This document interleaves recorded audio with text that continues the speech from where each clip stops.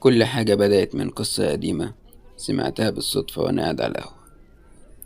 كنت قاعد على القهوة في حي شعبي، فسمعت راجل عجوز قاعد لوحده وبيحكي للناس بصوت واطي عن بيت في آخر الشارع.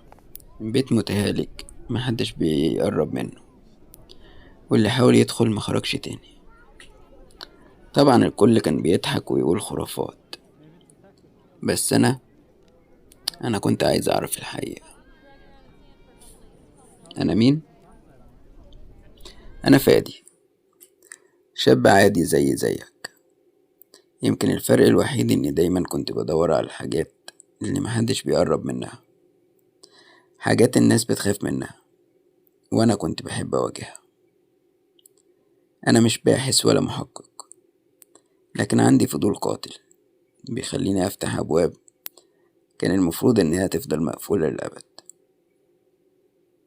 وأكتر باب كان لازم أسيبه مقفول كان باب البيت اللي محدش بيرجع منه.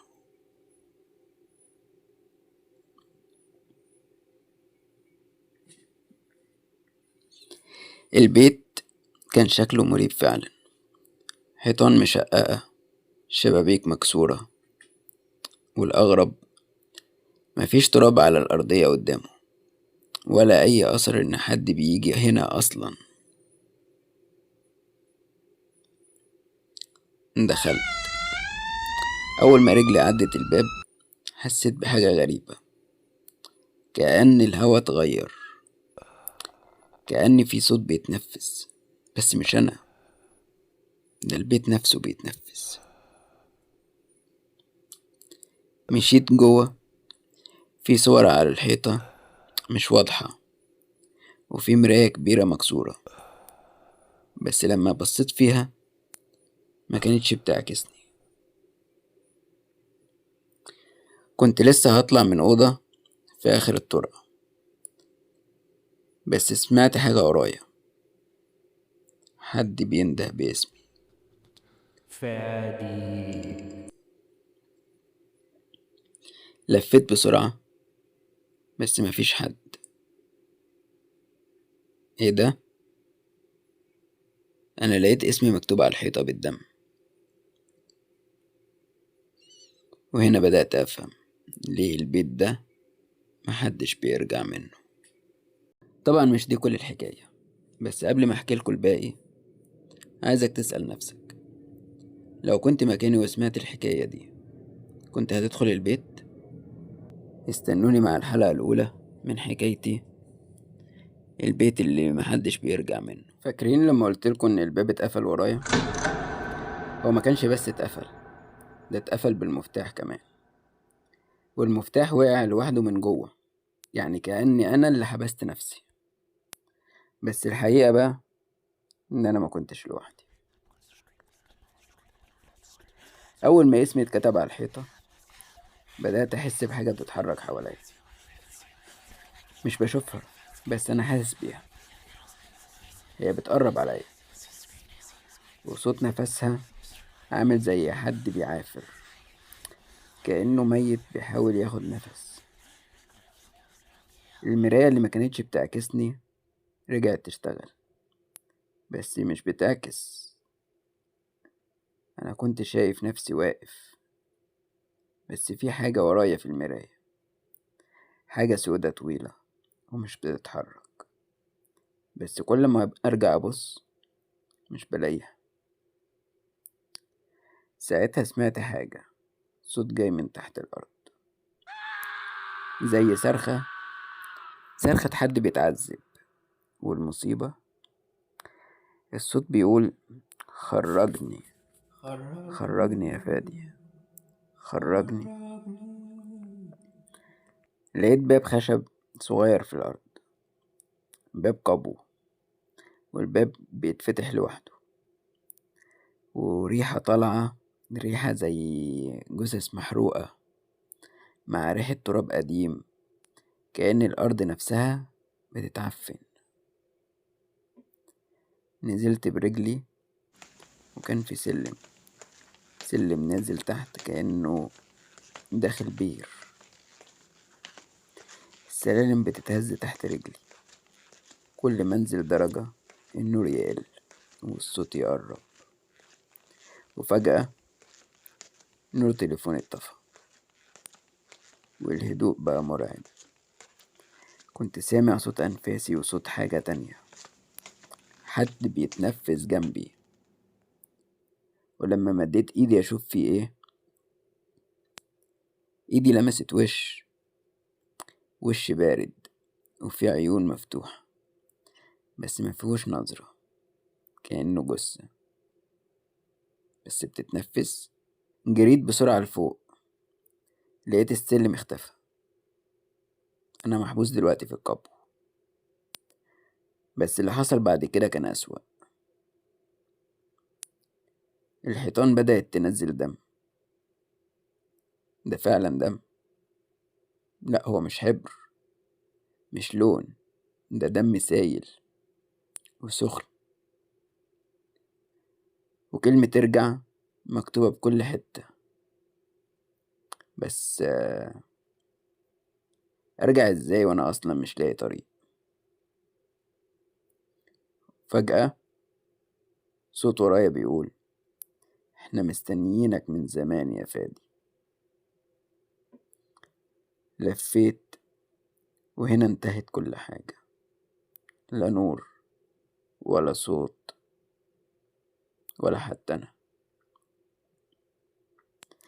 انتوا فاكرين اني لسه بحكي الحكاية دي وانا عايش؟ لا، انا بقيت جزء من البيت، بس دي مش نهايتي. لسه في حاجات جوه القبو لسه ما خرجتش.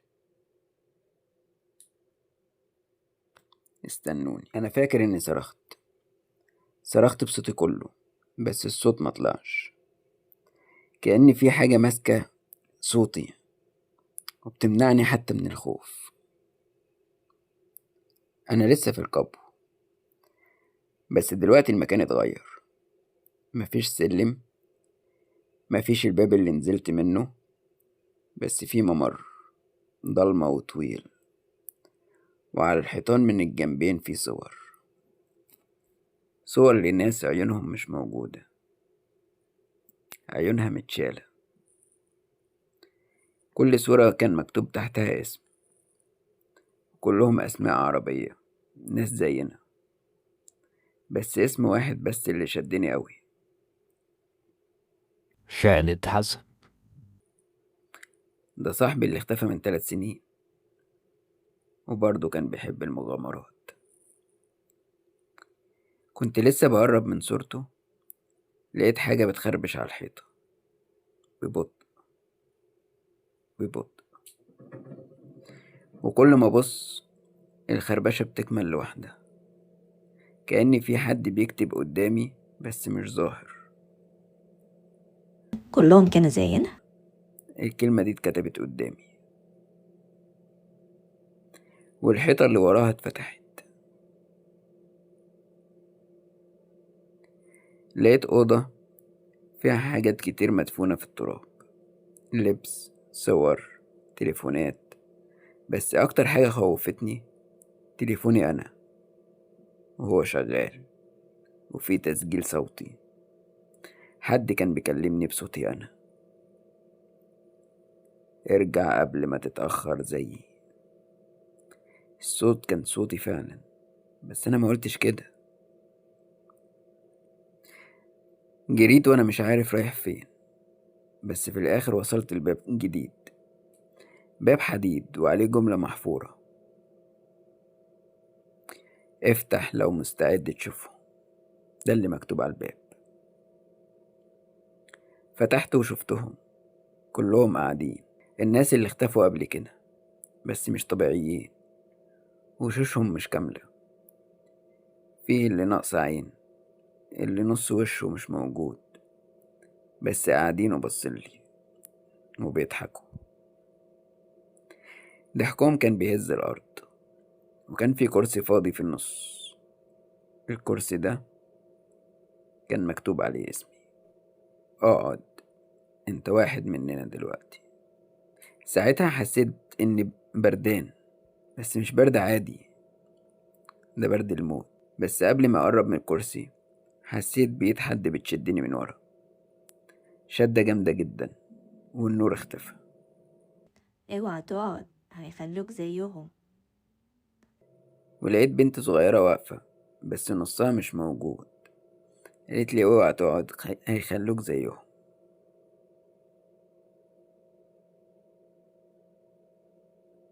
جريت تاني، مشيت في ممر تاني، بس كل ما اجري الاقي الممر بيرجعني لنفس المكان، كأني في متاهة، بس متاهة أرواح. وفي الآخر لقيت حيطة فاضية بس عليها قلم مرمي ومكتوب جنبه: دونك قبل ما تختفي زيهم. دلوقتي أنا بكتب القصة علشان لو ما خرجتش تكونوا عرفتوا أنا وصلت لحد فين. استنوني. أنا مش عارف بقالي قد إيه جوه البيت. الزمن هنا ملوش معنى، ولا في نهار ولا ليل. كل حاجة واقفة، بس أنا مش واقف، أنا بتغير. وشي في المراية مبقاش زي الأول. كل يوم حاجة بتختفي منه. بقيت بحس إن البيت بياكلني حتة حتة، مش جسمي بس، ده حتى عقلي. النهاردة سمعت صوت خطوات فوق دماغي، زي حد بيجري، بس البيت كله كان فاضي. طلعت أدور، وأنا طالع سمعت الباب الحديدي اللي كنت قفلته قبل كده بيتفتح تاني. دخلت الأوضة، لقيت الكرسي اللي كان عليه اسمي بس مش فاضي. كان في حد قاعد عليه. الحد ده شكلي، ده شبهي، ده أنا بالظبط، بس عيونه سودة، سودة تماما، ما فيهاش البياض. قال لي: كنت زيك، بس لما قعدت على الكرسي البيت اختارني. اختارك ليه؟ رد عليا وقال لي اني ابقى زيه. رجعت خطوة لورا، لقيت الحيطان اللي حواليا بتقفل، وكل حيطة بتتحول لوش من اللي انا شفتهم قبل كده. الناس اللي دخلوا قبلي واللي مخرجوش. وفي لحظة كل الأصوات اتجمعت. ناس بتصرخ، أطفال بتعيط، واحدة بتنادي على اسم ابنها، راجل بيقول أنا آسف. صوت واحد منهم قرب مني أوي وقال لي: انت الوحيد اللي عدى كل الاختبارات، انت اللي تقدر تفتح الحقيقة. ببص لقيت باب جديد، باب خشب بس منقوش عليه جماجم صغيرة. فتحت الباب ودخلت.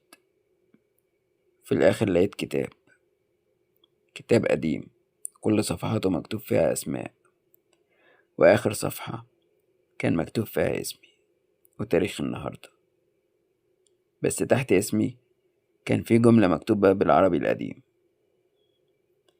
آخر من يرى يصبح مفتاح الخروج.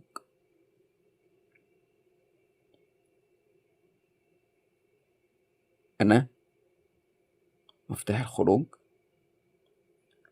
يعني أنا مش جاي أنقذ نفسي، أنا جاي أنقذ الباقيين. بس إزاي؟ وإيه المقابل؟ بدأت أفكر. اللي سابني على باب البيت قبل ما أدخل، العجوز اللي كان بيحكي القصة، كان بيبصلي كأنه عارف كل ده. افتكرت جملته: البيت ما بياخدش حد صدفة، هو بينقي. وأنا كنت المختار، بس مش عشان أخرج، عشان أخلي الباقيين يخرجوا وأنا أبقى مكانهم. أنا القربان. دلوقتي أنا لازم أختار: أقفل الباب وأحبس نفسي للأبد، ولا أرجع وأسيبهم محبوسين. بس لو فتحت الباب أنا مش هخرج تاني.